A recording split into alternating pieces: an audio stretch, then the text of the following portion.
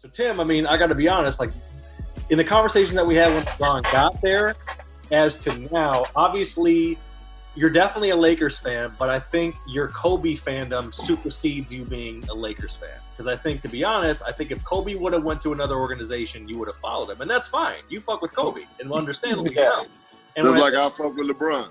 Bingo. Yeah. So I think that when LeBron first signed with the Lakers, I think there was. I definitely wouldn't say you were hating by any means, but I think you were certainly skeptical. So compared to when LeBron first signed the Lakers to where we're at now with the next where I'm your mind at with LeBron and the Lakers? I think it's pretty interesting. A lot of Laker fans can't separate themselves from the Kobe aspect of it, and Kobe was, that'd be like. Me hating Kobe because I like Magic or something like that. That's just crazy. But there's just a lot of parts of LeBron's game that I think people overlook because he's so athletic. I think LeBron is probably the most athletic basketball player and maybe athlete ever. He just, 6'9", as fast as he is, the agility. He like JB said, his IQ is second to probably nobody ever. He can pretty much run back an entire game in his head, But when he first got there, it was more people were saying, "Is he already the best Laker ever?" I just think people discount Kobe's legacy, and then so because they do that, it's hard for a lot of Laker fans to give LeBron his full what he's due, and He's obviously the one of the best ever. I didn't like him when he came to LA, but now it's like now I can recognize recognize real. Word.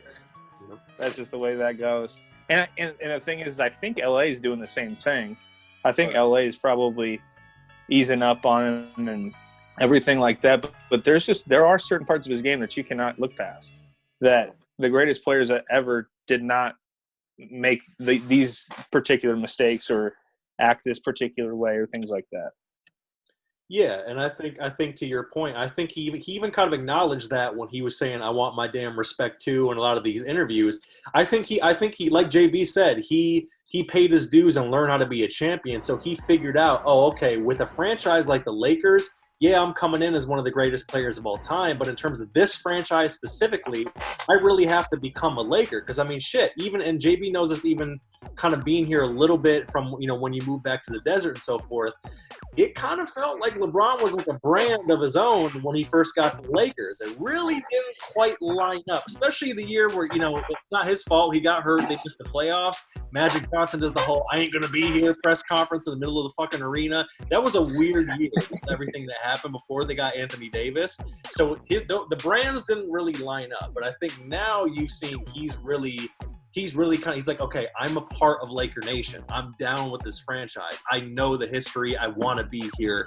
I want to win. As a Lakers fan, do you feel like that's the part that's clicking? Are you seeing that through Laker goggles? Tim, as for you. Say that one more time.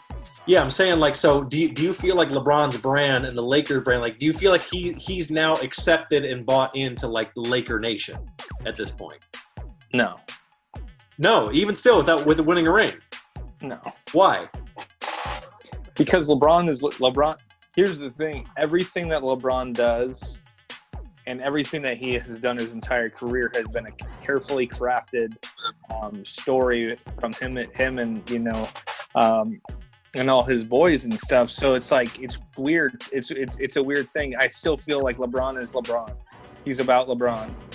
I think, like, he will throw somebody under the bus to make himself look good. And he's done that. Yeah. He's done that consistently his whole career.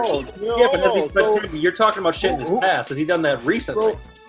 Okay, who's he throwing under the bus to make himself look good? If you say Kyrie, then I'm going to get off this phone right now because Kyrie is a hoe, and he has proven that shit over and over again. So when LeBron speaks about Kyrie, he's basically just trying to warn everybody, like, yo, y'all don't know what this dude is about, right? Like, So everybody thinks David Blatt. David Blatt, and it's always seemed to be his coach's issues, and he's complained about not having talent consistently, and had played with more Hall of Famers than Kobe or Jordan, or I think Magic might have him beat. That might be it. Well, I mean, the only time he was complaining about not having talent when he was in in Cleveland for 7 years. I would have been complaining about that. He had 2 All-Stars. Who? You're talking about the second time around. You're talking about the last 4. Big Z? Zydrunas Ilgauskas and Mo Williams. Oh my God, you're not even serious when you're saying this shit, dude. You're just trolling us at this point. So I look at him. Big who and what? Bro, come on now.